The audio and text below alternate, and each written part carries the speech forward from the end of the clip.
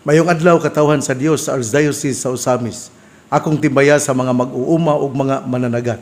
Congratulations usab sa tanan nga mga elected public officials nga mohimo sa ilang katungdanan ugma gayod.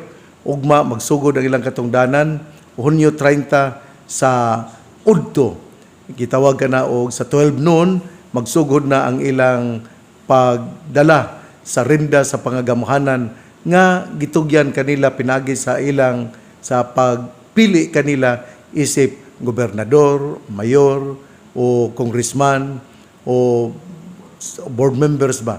O pusa akong pasalamat kagahapon pitsa 28 mao ang paghimo sa oath taking ni Mayor Lemuel Acosta dinha sa Oroqueta City ug ang Vice Mayor si Honorable Aurora Virginia Almonte o ingon man usab pagkahapon mga 1:30 ang Santos nga misa nga gihalad pasalamat nila sa mayor sa Tanggob si Honorable Ben Canama uban sa iyang Vice Mayor si Tito Dicina ug sa tanan nga mga konsehalis. Ako usab nga pasalamat kay sa mga alas 4 sa hapon kagahapon Hunyo 28 Martes mao man usab ang paghurar oath taking sa bag-o nga napili nga mayor sa Ozamis City si Honorable ND Waminal uban siyang Vice Mayor si Honorable Bebe Neri ug sa tanan nga mga konsehalis. Ninyong tanan, congratulations. Nining adlawng Miyerkules ato karong gisaulog ang kapistahan ni Saints Peter and Paul busa sa dili pa nako basahon ng ebanghelyo ako nga timbaya pasalamat sa kapistahan ni San Pedro San Pablo dinha sa Lamitan City dinha sa Saint Peter Parish Lamitan City Basilan human sa mga Clarisiano kini inyong alagad mo una nga diocesan priest nga midawat sa pagkapari midawat isip kura paroko nga gihatag ni sa mga pari nga Clarisiano busa ang inyong alagad mao ang una nga first diocesan clergy nga nahimo nga kura paroko dinha sa St. Peter Parish Lamitan City Basilan. Congratulations, happy fiesta sa mga Lamitenyo. Doon na sila'y usa ka maanindot nga kining cultural presentation usa ka kining gitawag lami-lamihan hinaot nga kini nagpadayon kay pagpakita man kini sa kultura nga Lamitenyo tungod kay ang lamitan gipuy-an gayod sa mga iyakan ang mga natibo dinha sa Basilan mga iyakans dinha ang lamitan iyakan place yun na muna nga nindot kayo ilang panyalam nindot kayo ang ilang mga pagkaon niya ang ila pong mga sininaan nindot kaayo colorful kaayo busa ngadto usab sa mga igsuon nato nga mga Muslim. Congratulations kay inyo pong saulogon ang lami-lamihan. Nining adlaw Miyerkules ang atong pagbasa ang ebanghelyo atong kutloon sumala sa ebanghelyo ni San Mateo. Unya miadto si Jesus sa yuta dol sa lungsod sa Cesarea Filipo ug didto nangutana siya sa iyang mga tinun-an sumala sa mga tao kinsa man ang anak sa tao sila mitubag may nag-ingon nga siya mao si Juan nga magbubunyag ang uban nag-ingon nga siya mao si Elias samtang ang uban nag-ingon nga siya mao si Jeremias ulaing propeta. Si Jesus nangutana kanila apan kamo unsa mi inyong ikasulti kinsa man ako ug mitubag si Simon Pedro ikaw mao ang Mesiyas ang anak sa Dios nga buhi. Giingnan siya ni Jesus, Simon, anak ni Jonas, buhulahan ka gayod, kay kining maong kamatuoran, wala mo abot kanimo, gikan sa bisan kinsang tao, kundili gihatag kanimo sa akong amahan, nga tuas sa langit.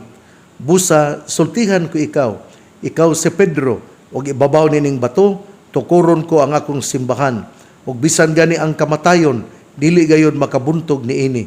Ihatag ko kanimo ang mga yawi sa gingarian sa langit, ang imong idili dinhi sa yuta, idili usab didto sa langit, ug ang imong itugot dinhi sa yuta, itugot usab didto sa langit.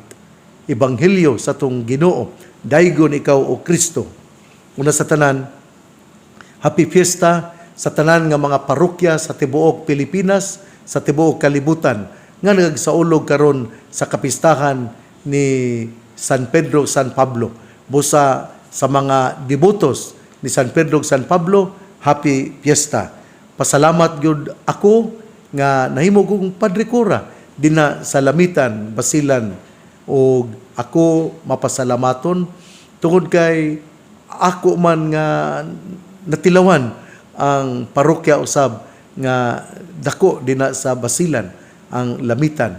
Busa panahon kana ni Arsobispo ni Romulo de la Cruz, obispo pa siya, kay human dinha sa Basilan si the late Bishop Romulo de la Cruz, gi-assign man didto sa Antique, human sa Kidapawan, human nahimo siyang Arsobispo sa Zamboanga. Busa usbon ko, salamat kaayo nga iya kong gi-assign usab sa Lamitan.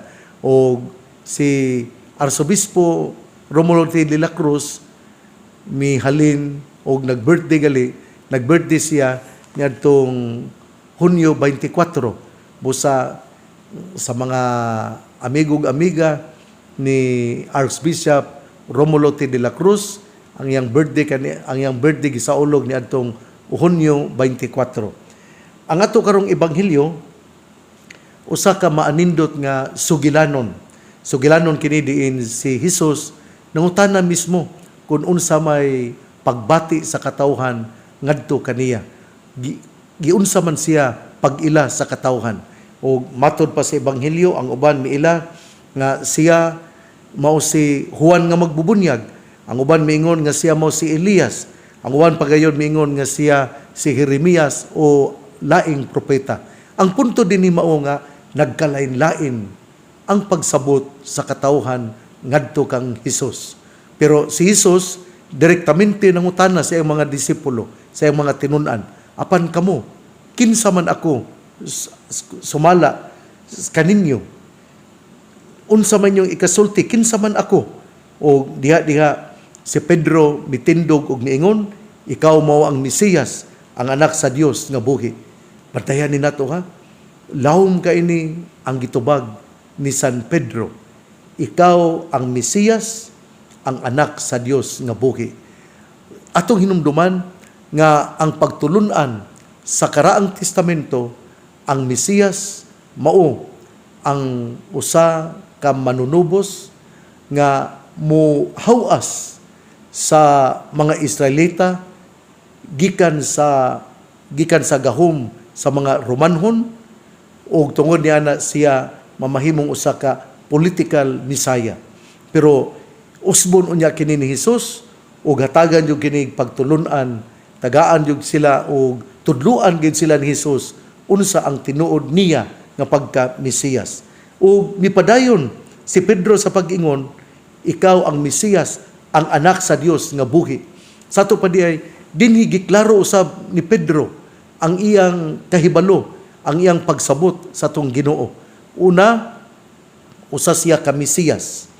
O ikaduha, anak siya sa Dios nga buhi.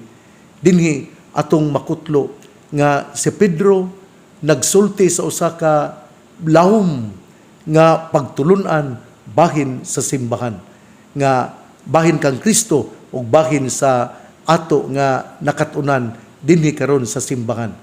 Ayo dinyo kalimti nga ang usa ka Mesiyas mo'y usa ka tao nga muhawas sa mga Israelita gikan sa madaog-daogon nga gahom sa mga Romanhon. Pero wala kini masabti ni Simon Pedro tungod kay sa mga ebanghelyo nga kung atong ipadayon ang ebanghelyo gahisgot man kay mingon man si Simon Pedro ningon mga tong Ginoo, oo, usa ko ka Mesiyas, apan ako magantos, mamatay, apan sa ikatulong kaadlaw mabanhaw. Pero wala musulod sa panghuna-huna ni Pedro ang pagkabanhaw, kundi iya lamang nadunggan nga si Jesus mamatay. Ug busa mingon siya, dili ka na mahitabo Ginoo. Pero unsay gitubuhag sa atong Ginoo? Pahawa Satanas kay ang imong panghuna-huna sa tao ug dili sa Ginoo. Pero later on, Peter would repent of his sins. Unya nangayo siya pasaylo, mihilak siya tungod kay siya mabasulon nga disipulo. Unya nipadayon ang atong ebanghelyo sa pag-ingon nga Simon anak ni Jonas, bulahan ka gayud kay kining maong kamatuoran, wala gayud moabot kanimo gikan sa bisan kinsang tao, apan gihatag sa amahan nga atoa sa langit. Nindot yung kayo, no? Sa ito pa di ay, kadto di ay pagsulti ni Pedro, usa di ay kadto kagasa nga gihatag sa amahan. Ug tungod kay gasa kini nga gihatag sa amahan, iya pod nga gilibkas kay siya gitultulan man, kay siya gigiyahan man sa Espiritu Santo. Mao na nga daghan kitag mga masulti nga mga puno sa pagtulunan tungod kay buot nga itudlo kini sa atong Ginoo pinaagi kanato. Ug mao usab kini ang nahitabo ni Pedro. Iyang gisulti kinsa si Jesus, unya kadto di ay gikan day kadto sa Dios nga Amahan tuas sa langit. Ug diha si Pedro gihatagan og gahom ug ang atong Ginoo miingon, ikaw Pedro, ibabaw ning bato, tukuron ko ang akong simbahan. Mao ni nga si Pedro mo'y unang Santo Papa tungod kay siya gihimo man nga bansalan, gihimo man siya nga tukuranan sa simbahan. Mao na nga kada bitaw nahimo siyang pundasyon sa simbahan. Ang atong Ginoo gyud mo'y pundasyon, apan siya mo'y una nga gihimo nga Santo Papa sa atong simbahan. Mao na nga giingnan miingon pagali ang atong ebanghelyo nga tungod niini bisan ang kamatayon dili gayud makabuntog niini. Ihatag ko kanimo ang yawi sa gingarian sa langit, ang imong idili dinhi sa yuta, idili usab didto sa langit, ug ang imong itugot dinhi sa yuta, itugot usab didto sa langit. Ipasabot nga si Pedro gihatagan gyud og gahom, unya siya ang mohimo sa pagtulunan tungod kay ang iyang gahom nga iyang itugot dinhi sa yuta, itugot usab didto sa langit. Mao na nga ang simbahan kanunay gayud, ang Katoliko Romano kanunay gayud nga mamati sa Espiritu Santo, sa tambag sa Espiritu Santo. Daghan na kaayo ang mga unos nga nabatyagan o na sugamak ang pagtuong Katoliko Romano. Daghan na kaayo ang mga Protestante, daghan na kaayo ang mibatikos, daghan na kaayo ang misultig laway, batok sa simbahang Katoliko Romano, pero naagyod ang pag-usab kay kada sayop sa usa ka tawo nga nagdala sa simbahan, dili man na sayop sa simbahan kundi sayop man na sa mga namuno, sayop man na sa iyang mga leader. Mao na nga mag-usab, maghinulsol, kay mao man ni ang tawag sa panahon nga maghinulsol gayud kita. Mao nga si Pedro gihatagan og gahom sa atong Ginoo aron maoy mamahimong leader, mamahimong una nga Santo Papa sa pundok sa Katoliko Romano. Ato kining basahon ang gisulti sa Bible diary sa mga Clariciano, mga Clarician priests nga mihimo niining Bible diary. Ug matud pa nila nga with all the primal significance that Peter and Paul hold in the church, why on earth are their feasts clubbed into a single day instead of honoring them with separate individual days? Nganong gilangkob man sila? Perhaps we can think of two reasons. First, this feast is more about the church than about them. Nga ipasabot nga ang kapistahan karon dili gyud para kanila kundi para sa simbahan. And the church is always a community, not an individual affair. Sanglit ang simbahan, usaman kapundok sa katawhan, mao nga atong hinumduman nga dili kini individual affair. Ikaduha, Peter and Paul phenomenon is a window into the nature of the church that remains open and inclusive. Ipasabot nga ang simbahan andam gayud, usayod ka kining simbahan nga abyerto alang sa tanan o inclusive nga mudawat gayud para sa tanan. Muna nga sa dili gyud maayo nga kung ang Katoliko Romano kinibitawng usahay ba kanabitawng magpakaaron ingnon nga yang kining usahay dili bitaw mo abi-abi sa uban nga mga pundok. Importante kayo nga mo abi-abi kita sa mga pundok tungod kay the nature of the church remains open and inclusive. There are two ends on a continuum. Peter is all that Paul is not, and vice versa. Peter is a fisherman, working class peasant, practically unschooled, maybe only high school diploma, and full of heart, emotional kay si Pedro. Paul, on the contrary, is an intellectual of noble class, a Roman citizen, and he is schooled in the school of Gamaliel. Si Gamaliel kaniadto usa ka magtutudlo o bantugan kaayo didto sa panahon sa Israel. Tingali atong masabot nga kung nahitabo pa ni karon, kung dili ka sa usamis, ang bantugan gyud ng eskwelahan mao gyud ang lasal. O kung tuwa ka sa nina ka sa kapupudan, ang bantugan gyud mao ang Santo Tomas, Ateneo, mao ang kining uban pa dinha nga mga dagko nga mga eskwelahan. Si Gamaliel mao ang teacher ni Pablo, o tungod kay siya man ang magtutudlo ni Pablo, mao nga si Pablo usa gayud ka intellectual. O busa ingon ang nipadayon dinhi, if God chose them both, so must the church be open to every sort of human beings, as in the alchemical lingo, conninuncio, a union of opposites. Sa to pa kining si Pedro ug si Pablo opposite yun.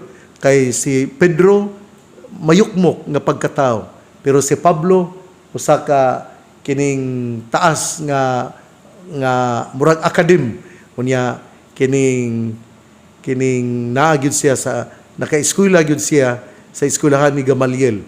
Muna nga akong usbon nganong giusama gyud ni ang kapistahan ni San Pedro ug San Pablo aron ikapakita nga ang simbahan para sa tanan, para sa mga mayukmok, para sa mga ordinaryo nga tao, o para usab sa mga taas nga katawhan.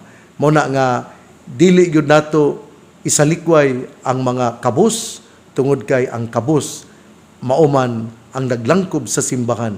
Dili po nato isalikway ang mga dato, tungod kay ang simbahan dili man lang para sa mga kabus. Sa mga simbahan dili lamang para sa mga dato, ang simbahan usab para sa mga kabus. O sa akon nang gikasulti, ang kapistahan karon gapakita kanato sa duha ka dagway sa simbahan. Simbahan sa kabus ug simbahan usab alang sa mga hamugaway. Tungod kay si Pedro usa ka kabus, usa ka fisherman, usa ka ordinaryo nga tao. Samtang si Pablo nag-eskwela sa eskwelahan ni Gamaliel, usa ka taas nga eskwelahan kaniadto sa Israel. Malipayong piyesta sa mga debotos ni San Pedro, San Pablo, malipayong piyesta sa katawhan sa lamitan. Ang mayong balita nga maong pulong ni Hesus, ang ayang pamation, pamalandungan, ug paningkamutan nga mapuy-an. Mulahan ang tao nga namati sa pulong sa Ginoo, sama siya sa kahoy nga gitanom daplin sa usa ka sapa kansang dahon dili gayud malaya. Tempo sa timbunga siya mamunga, igsuon ugma na usab. Usbon ko ha. Happy Fiesta sa mga debotos ni San Pedro San Pablo. Karong adlaw ang kapistahan ni San Pedro ug San Pablo. Akong pasalamat sa tanan nga taga Lamitenyo o congratulations usab nila ni Father George Angeles, ang kura paroko sa St. Peter Parish sa Lamitan, o ang iyang kabulig nga pari si Father Yoy Duenas Balos. Ninyong duha o sa tanan nga kaparian sa Basilan uban silang obispo nga si Bishop Leo Dalmau, congratulations, mabuhay si San Pedro ug San Pablo, padayon kita nga maningkamot alang sa kalinaw. Ang pangaliya sa mahal nga Birhen Maria, nga gisangpit sa mga misamisnon nga Birhen sa kuta, ang Ginoo magapanalangin kanatong tanan. Sa ngalan sa Amahan, sa Anak, ug sa Espiritu Santo. Amen.